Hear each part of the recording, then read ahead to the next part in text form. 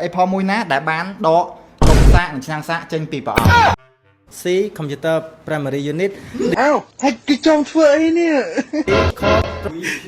wireless fidelity โอเคตรงตรายจมฉลาดเลย Muchas gracias, afición. Este es para vosotros. อ้าว ក្នុងថ្ងៃនេះយើងមានការប្រកួតឆ្លើយសំណួរមួយដែលតាក់ទងនឹងខាងផ្នែកបច្ចេកវិទ្យាអ្នកឈ្នះនឹងទទួលបានរង្វាន់លេខ1បាន power bank លេខ2បានអាវហើយនិងលេខ3បាន mouse pad អូខេអញ្ចឹងសំណួរទី1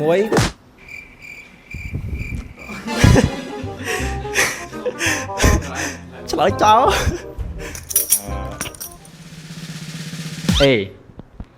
lại A ចម្លើយចុងក្រោយ A ត្រង់ត្រូវ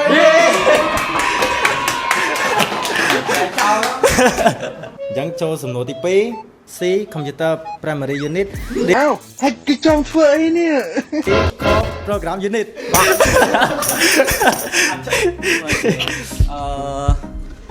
ខ្ញុំសុំយក B B បាទ ចម្លើយចុងក្រោយបង យ៉ាចម្លើយចុងក្រោយ អូខេត្រឹមត្រូវបានមួយបង ก็ต่อใจให้แชร์ไปใช้เพียงเท่ามาเลย ឆ្លើយភ្លាមមកភ្លាមបានអញ្ចឹងដល់សំណួរទី3ផលិតផល Apple ដំបូងណាដែលបានដករុនកាសចេញដំបូង A អត់ទេអត់ហើយនេះអានអី A iPhone 5 B iPhone 6s C iPhone 7 D iPhone SE ចម្លើយ C មិនខុសទេសំណួរទី4 Wi-Fi មានពាក្យបាញ់ដូចមិនដាច់ lại A ធ្វើម៉េច lại A សំអាតបង lại A អត់ឲ្យ cái wireless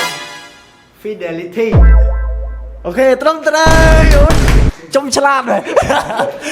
សំណួរទី5តើផលិតផលអីផលមួយណាដែលបានដកលំសាកនិងឆ្នាំងសាកចេញពីប្រអប់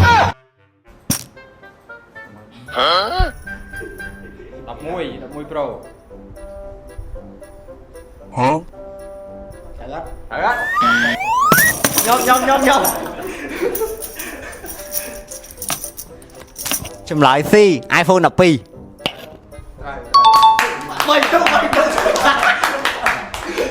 ឡូវដល់សំណួរទី6 RAM មានតួនាទីអ្វីនៅក្នុងកុំព្យូទ័រ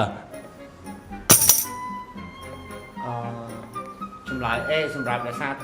ទុកអចិន្ត្រៃយ៍ ខុស ឥ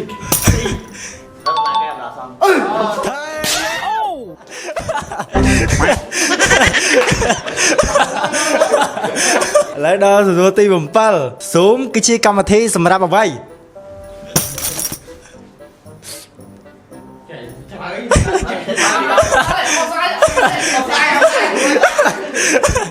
អីគេបង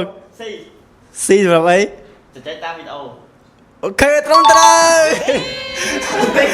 សំណួរទី8នៅក្នុង social media ណាខាងក្រោមនេះមានអ្នកប្រើច្រើនជាងគេ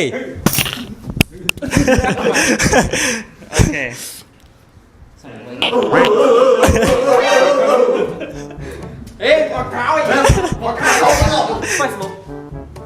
ចុងក្រោយបងចម្លើយចុងក្រោយអូខេត្រូវហើយបងទី9គេអាចប្រើលកត្រៃសម្រាប់អ្វី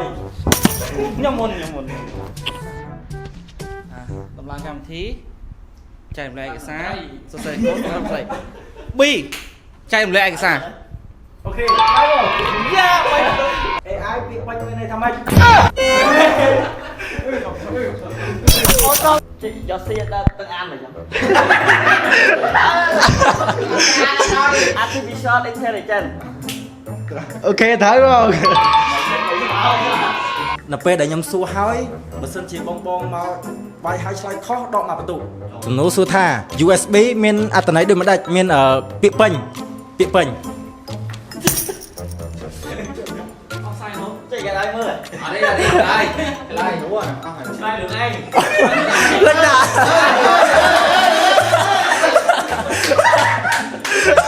អត់ទេ A Universal System Bus B universal serial bus C unique secure price D unify signal box B អីគេបង B ត្រឹមត្រូវ Muchas gracias, afición. Este es para vosotros.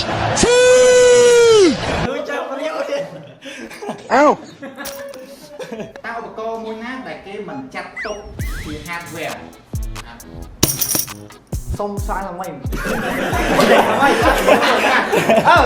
ដឹងតែ hardware ជា hardware តែគេមកតើឧបករណ៍មួយណាដែលគេមិនចាត់ទុកជា hardware បាទ មិន hardware មានន័យថាមិន មាន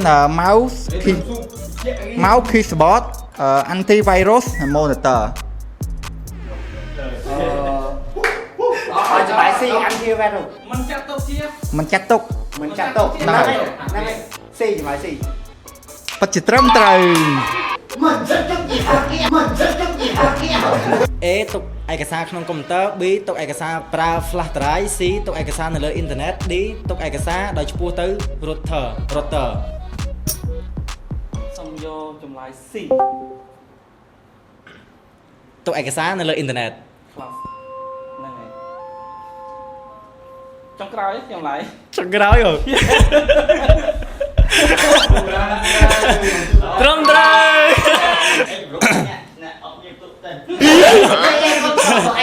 អូខេតើ chip A series ត្រូវបានប្រើប្រាស់ក្នុងឧបករណ៍ណាខ្លះ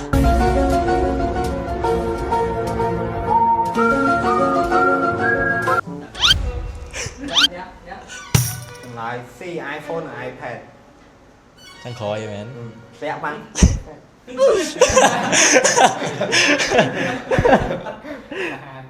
ត្រឹមត្រូវចុះមិនដឹងយ៉ាង បើ iPhone មានតែ iPhone និង iPad បើមានតែពាក់ព័ន្ធតែ iPhone អូខេ អូចាំគេប្រាប់ដែរគេថា យើងទៅពី សំណួរទី2តើ chip Snapdragon គេប្រើជាទូទៅនៅលើឧបករណ៍ណា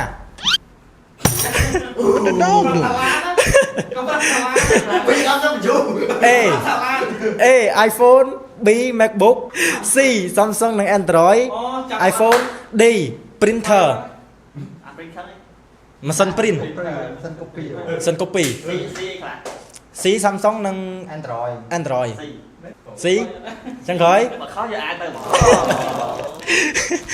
អូខេត្រឹមត្រូវសំណួរទី3តើ GPU មានតួនាទីសំខាន់អ្វី A បង្កើត Wi-Fi B ចេញសំឡេង C កែប្រែភាពច្បាស់រូបភាពនិងវីដេអូ D បញ្ជូនអ៊ីមែល GPU តើយកលេខ3ខ្ញុំសុំនងទៀត តើ GPU មានតួនាទីសំខាន់អ្វី CPU ហ្នឹងបាទ GPU A បង្កើត Wi-Fi B ចេញសំឡេង C កែប្រែភាពច្បាស់រូបភាពនិងវីដេអូ D បញ្ជូនអ៊ីមែល សុំទី1 សំទី1 ណែ បង្កើត Wi-Fi ណែអេ អេអូ ណែ អូខេដកមួយ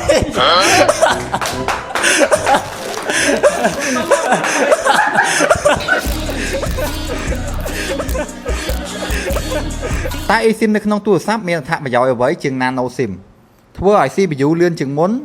បដូរបណ្ដាញដែលមិនបាច់ដកឬដាក់ SIM C បន្ថែម RAM ឲ្យទូរស័ព្ទបង្កើត Bluetooth 5.3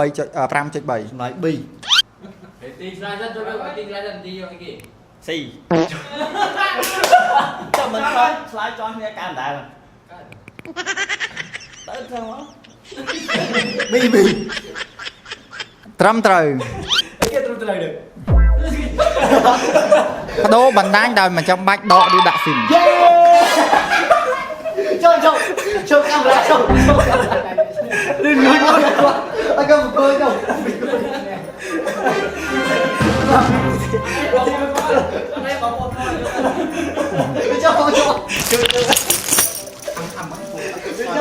ាមេរ៉ារ៉េច